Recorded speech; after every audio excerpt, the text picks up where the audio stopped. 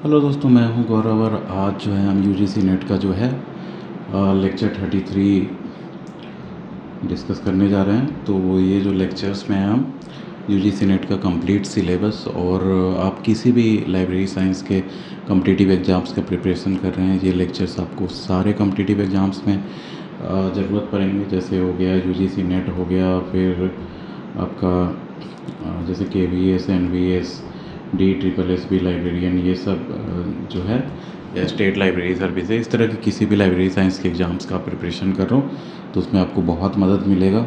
तो चलिए शुरू करते हैं। तो आप लाइब्रेरी साइंस से जुड़े हुए हो तो हमारे चैनल को ज़रूर सब्सक्राइब करें।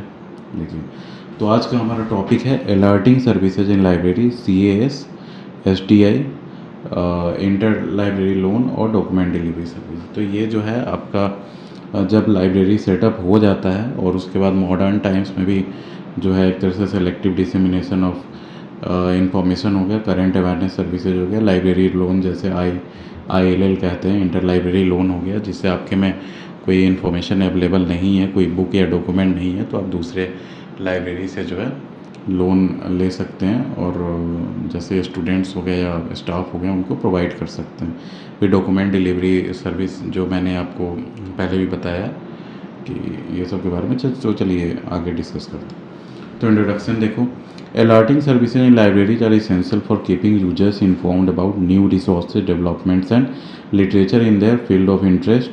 देखो, तो आपके पास रिसोर्सेज है लाइब्रेरी में, लेकिन वो रिसोर्सेज जो है किसी यूज नहीं हो पा रही है कि तो क्योंकि रिसोर्सेज आ रहा है, मान लीजिए कि यूजीसी की कोई बुक आई जो है लाइब्रेरी साइंस से रिलेटेड, और वो बुक जो है बस आपका जैसे सेशन नंबर वगैरह चढ़ के और वैसे ही रख दिया गया, वो कोई यूज में नहीं आ रहा है, तो वो रिसोर्स आपका किसी काम का नहीं रह जाएगा। तो आपका जो पैटर्न जिसे कहते हैं, जो मतलब जो यूजर्स हो गए आपके लाइब्रेरी के, जो आपके आपके लाइब्रेरी को हो सकता है कि जब मेंबरशिप लिए हो या, तो उनको आपको इन्फॉर्म करना पड़ता है कि ये हमारे यहाँ लेटेस्ट डॉक्यूमेंट आई है, ये बुक्स हमारे यहाँ है, इसको आप सब्सक्राइब कर सकते हो, इसे पढ़ सकते हो, ये सब। तो वो सब में जो है आपका करंट अवेयरनेस सर्विसेज हो गया, CAS जिसको कहते हैं, selective dissemination of information. Selective dissemination of information क्या हुआ, STI।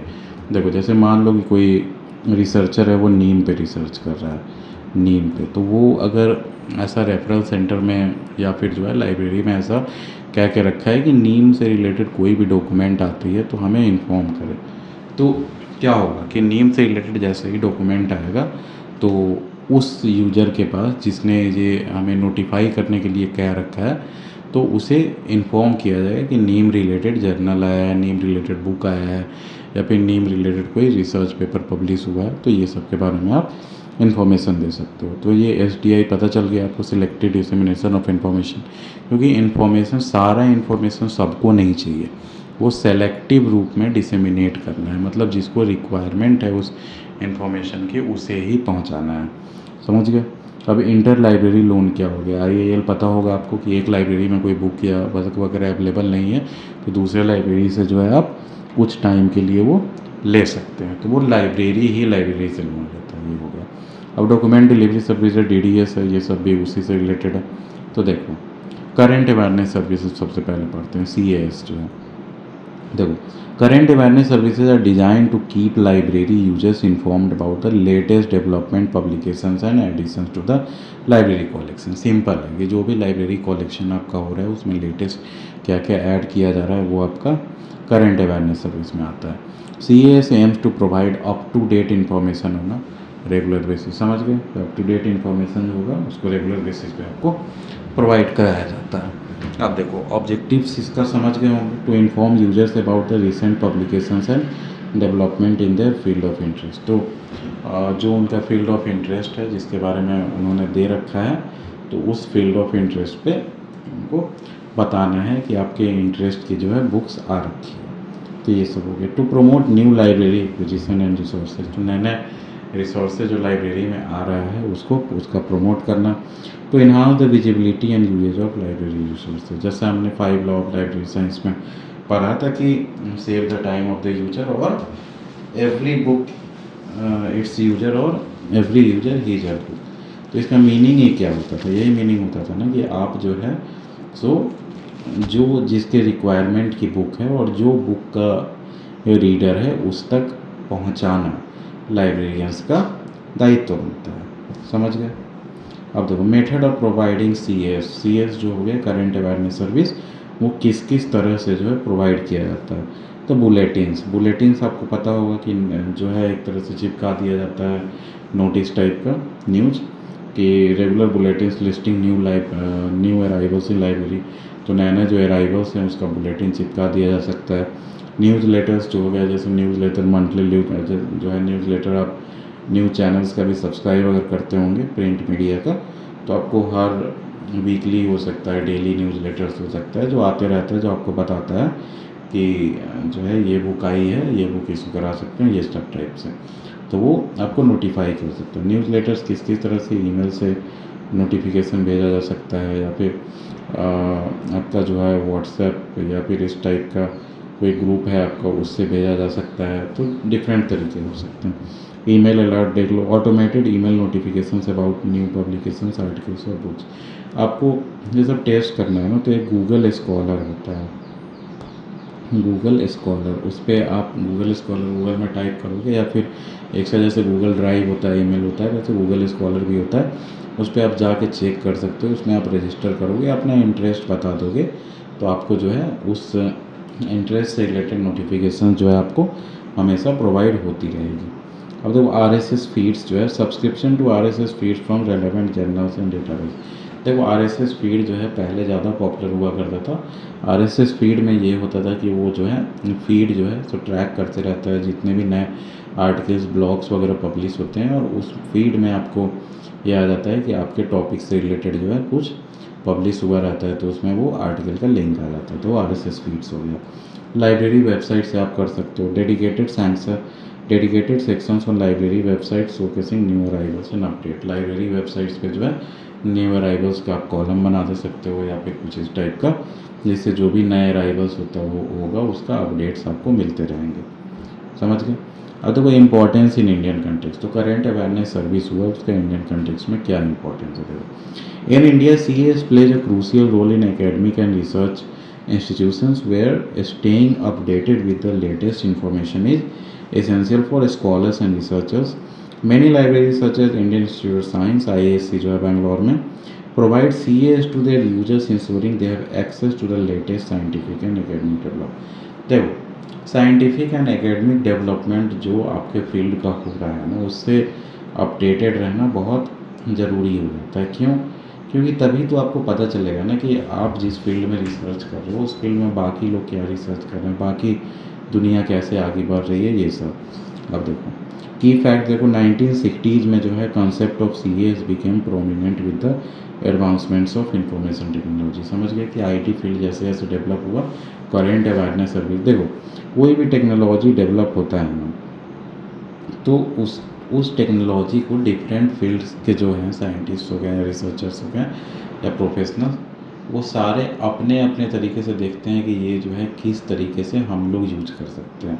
तो उसी में जो है जैसे IT सेक्टर जैसे जैसे डेवलप हुआ, स्टोरेज टेक्नोलॉजी डेवलप हुई, नेटवर्किंग डेवलपमेंट हुआ, प्रोसेसिंग पावर डेवलप हुआ, फिर मतलब कंप्यूटर के क्षेत्र में देख सकते हो जैसे UI हो गया, यूजर इंटरफेस हो गया, ये सब कितना ज़्यादा डेवलप हुआ और कनेक्टिविटी इंक्रीज हुई, आपका डेटा स्पीड्स इंक्रीज हुआ। तो ये सब जो है अलग अलग फील्ड में अलग अलग इसके यूजेज होते हैं। तो लाइब्रेरी फील्ड में जो है इंटरनेट का जो है आपका इंफॉर्मेशन एक्सचेंज में ही यूज किया जाएगा। तो करेंट अवेयरनेस सर्विसेज जो है वो टेक्नोलॉजिकल एडवांसमेंट्स के साथ ये भी बहुत इंक्रीज होते जा रहा है। जैसे SDI जो है ना, सेलेक्टिव डिसेमिनेशन ऑफ इंफॉर्मेशन, उसी के अंदर आप जो है CAS भी कह सकते हो, करेंट अवेयरनेस सर्विस। अब देखो library exam, library of IITs IIMs and major university in India proactively provide CAS to graduate. समझ गए? अब देखो selective dissemination of information. Selective dissemination of information क्या हुआ, देखो इसके सारे वर्ड को अलग अलग समझोगे तो आपको ये पूरा टर्म क्लियर हो जाएगा। सेलेक्टिव, देखो तो सेलेक्टिव क्या होगा कि इसमें सेलेक्टिव आपका इंफॉर्मेशन भी हो सकता है ना, और सेलेक्टिव यूजर्स भी हो सकते हैं। मतलब सारे यूजर को सारा इन्फॉर्मेशन नहीं चाहिए और सारा इन्फॉर्मेशन जो है वो सारे यूजर को नहीं चाहिए। समझ रहे हो, दोनों में डिफरेंस है।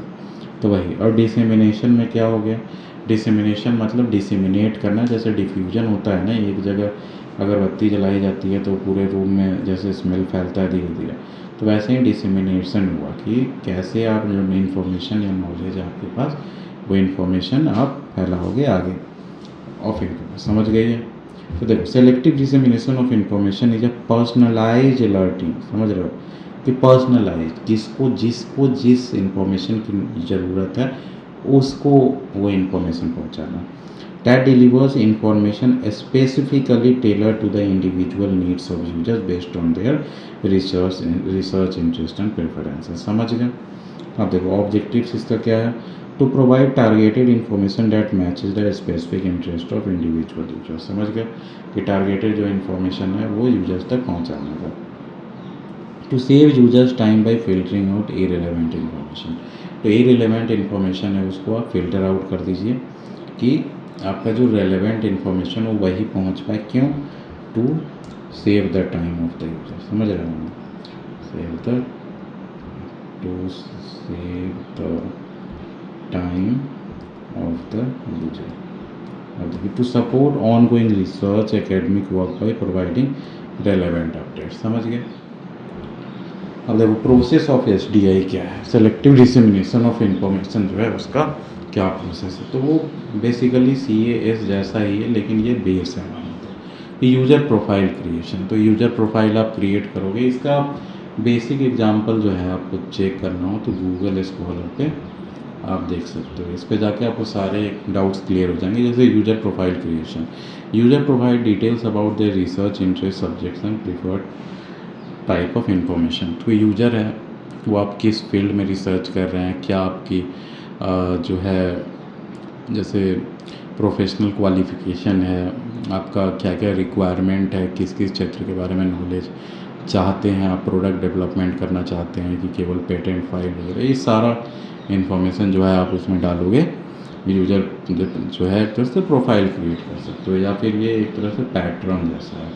पैटर्न, अगर आप कोहा सॉफ्टवेयर यूज किए होंगे तो आपको पता होगा कि कोहा में जो है नया आप यूज़र ऐड करते हो तो उसको नया पैटर्न ऐड करना चाहते हैं। देखो, information matching, the library uses the user profile to match and retrieve relevant information from various sources. तो वही वेरियस सोर्सेज जो है आपको इन्फॉर्मेशन निकाला जाता है और उसके बाद जो है वो जिसको रिक्वायरमेंट है वो दिया जाता है, जो कि इन्फॉर्मेशन डिलीवरी के अंदर आ जाता है। तो matched information is delivered to users through email, newsletters और पर्सनलाइज्ड वेब पोर्टल्स। समझ गए? तो आपसे अगर स्टेप्स पूछा जाए तो आप बता सकते हो।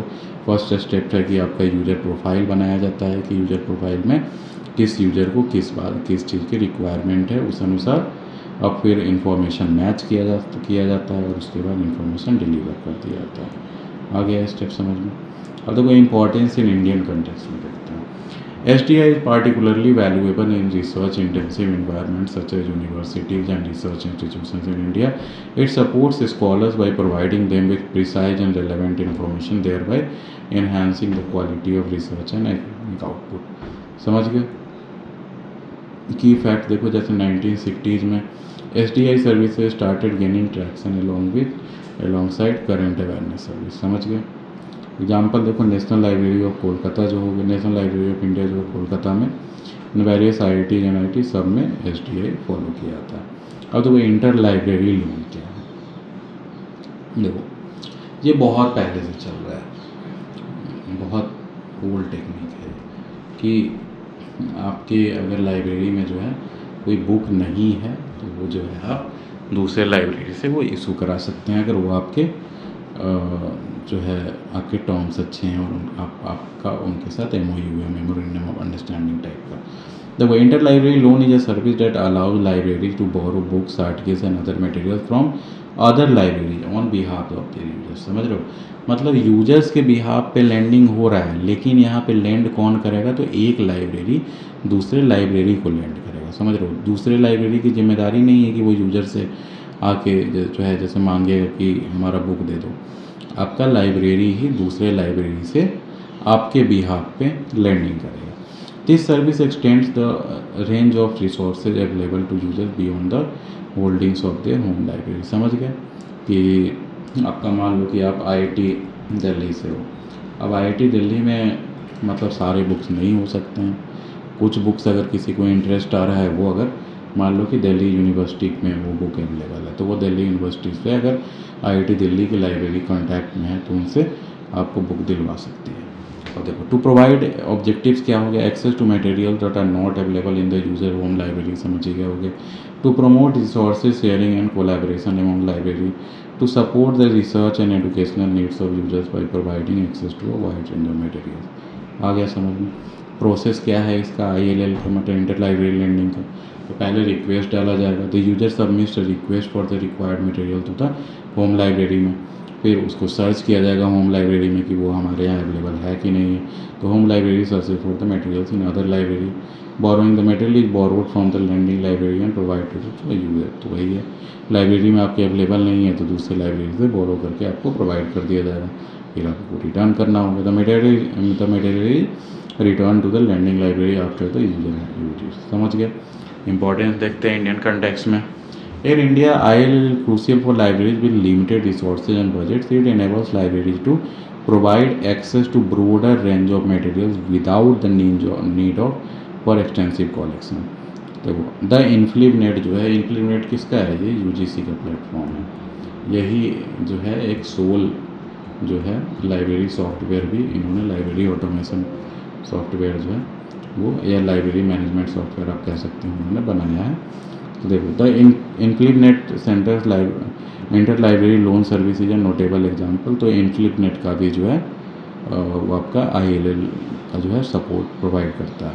Facilitating resource sharing among Indian academic library. समझ गए। की फैक्ट देख लो, 1988 में जो है जो इनक्लिबनेट जो है इंफॉर्मेशन एंड लाइब्रेरी नेटवर्क जो है, ये आप याद कर लो कि ये UGC के अंदर बहुत बड़ा पूछा जाता है। Centre was establish to promote ILL and other cooperative activities in Indian library. समझ गए। तो ये फुल फॉर्म आप याद कर लेना, और 1988 में इस्टेब्लिश हुआ था, ये भी याद कर लेना। अब देखो, लाइब्रेरी नेटवर्क देख लो, जैसे इनक्लिबनेट हो गया, डेलनेट हो गया। डेलनेट का फुल फॉर्म क्या है, डेवलपिंग लाइब्रेरी नेटवर्क। इनक्लिबनेट का क्या है, the information and library network and other regional library network play a significant role in facilitating ILL in India. समझ गए। आप देखो, डॉक्यूमेंट डिलीवरी सर्विस जो है DDS, तो ये आपका जो यूजर्स जो है ना, वो आप डॉक्यूमेंट किसी से मंगा सकते हैं। जैसे RTI होता है, तो राइट टू इन्फॉर्मेशन में जैसे आप डॉक्यूमेंट मांगते हैं ना, मैं डायरेक्टली कंपेयर नहीं कर रहा हूँ, लेकिन RTI में जैसे इन्फॉर्मेशन लिया जाता है, वैसे ही जो है आप डॉक्यूमेंट डिलीवरी सर्विस के थ्रू जो है कोई इन्फॉर्मेशन ऐसा ले सकते हैं। तो देखो, document delivery service involve providing users with copies of documents such as journals, articles, book, chapter, conference papers, etc. from the library own collection और through external service। ये दोनों तरह से हो सकता है कि लाइब्रेरी का अपना कलेक्शन होगा, उसमें से भी दे सकता है, या फिर एक्सटर्नल सोर्सेज से भी मंगाया जा सकता है। देखो, तो वही है, सेम ही है। To provide users with access to specific documents not available in their home library, to support academic and research activities for providing necessary documents promptly, to enhance user satisfaction by meeting information needs efficiently। समझ गए। सारा उसी तरह का है। क्या क्या हो गया आपको, CAS हम लोग देखे हैं। CAS क्या था, करेंट अवेयरनेस सर्विसेज। SDI हो गया, selective dissemination of information. ILL हो गया, इंटर लाइब्रेरी लैंडिंग। फिर DDS हो गया, डॉक्यूमेंट डिलीवरी सर्विस। ये सब देख रहे हो, ये लाइव इंफॉर्मेशन रिट्रीवल का ही टाइप से मानो। तो आप देखो, मेथड्स ऑफ डॉक्यूमेंट डिलीवरी कैसे होता है, तो फ़ोटो कॉपिंग करके दिया जा सकता है कि providing physical copies of documents, scanning sending scanned copies of documents by email, electronic delivery के माध्यम से हो सकता है, using online platform to deliver electronic copy. तो ये बस आपको कोई भी डॉक्यूमेंट जो है प्रोवाइड करने का एक मेथड है डॉक्यूमेंट डिलीवरी सर्विस है। देखो, इंपॉर्टेंस इन इंडियन कॉन्टेक्स्ट देख लो। DDS is vital for Indian library, especially in research and academic institutions, to ensure timely access to required documents. Many libraries participate in national and international DDS networks to enhance their service capability। समझ गए। तो जैसे example देखो, the British Library Document Supply Centre and the National Library of India offer DDS to support the information needs of Indian resources. तो आपको समझ में आ गया होगा कि कुछ यहाँ पे नहीं है, तो आपका जो लाइब्रेरी है उनका टाई अप हो सकता है British Library Document Supply centre से, और वहाँ से जो है आपकी लाइब्रेरी जो है डॉक्यूमेंट आपको प्रोवाइड करवा सकती है कोई। तो देखो की फैक्ट्स देख लो, जैसे 1991 में एक ऐसे याद कर सकते हो, 1991 में भी LPG रिफॉर्म्स हुआ था, लिबरलाइजेशन, प्राइवेटाइजेशन और globalisation reform.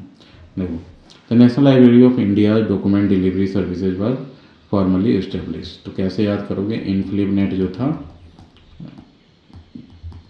Information and library network, ये कब हुआ था, तो 1988 में, और ये 1991 में क्या हुआ, तो DD डॉक्यूमेंट डिलीवरी सर्विसेज 1991 में।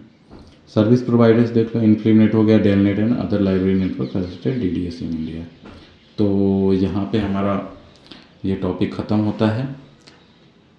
तो आपको समझ में आ गया होगा। अगर कुछ नहीं समझ में आया हो तो हमें कमेंट्स में लिख सकते हैं। तो हमारे चैनल को ज़रूर सब्सक्राइब करें। Thank you, have a nice day.